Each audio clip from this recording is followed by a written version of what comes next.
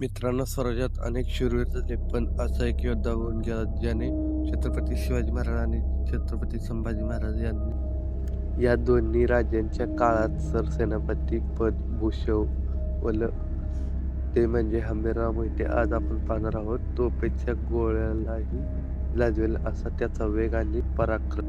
कोपाच्या लढाईत हंबीररावांनी आदिलशाही फौजेची अशी दणादण उडवली होती की शत्रूला पळताही थोडी झाली होती. पण सर्वात मोठा क्षण आला तो सर्जेखानाच्या वेळी.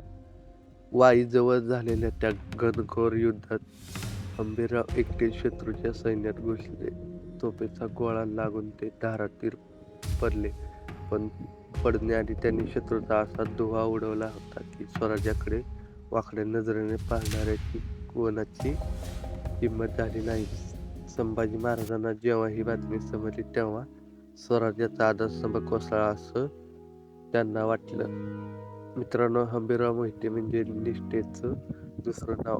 त्यांच्या बलिदानामुळे स्वराज्य टिकून राहिलं. अशा पराक्रमी वाघाला वेड शिवरायांचं टीमकडून मानाचा मुजरा. माहिती आवडल्यास लाईक करा. जय जिजाऊ, जय शिवराय, जय शिवराय.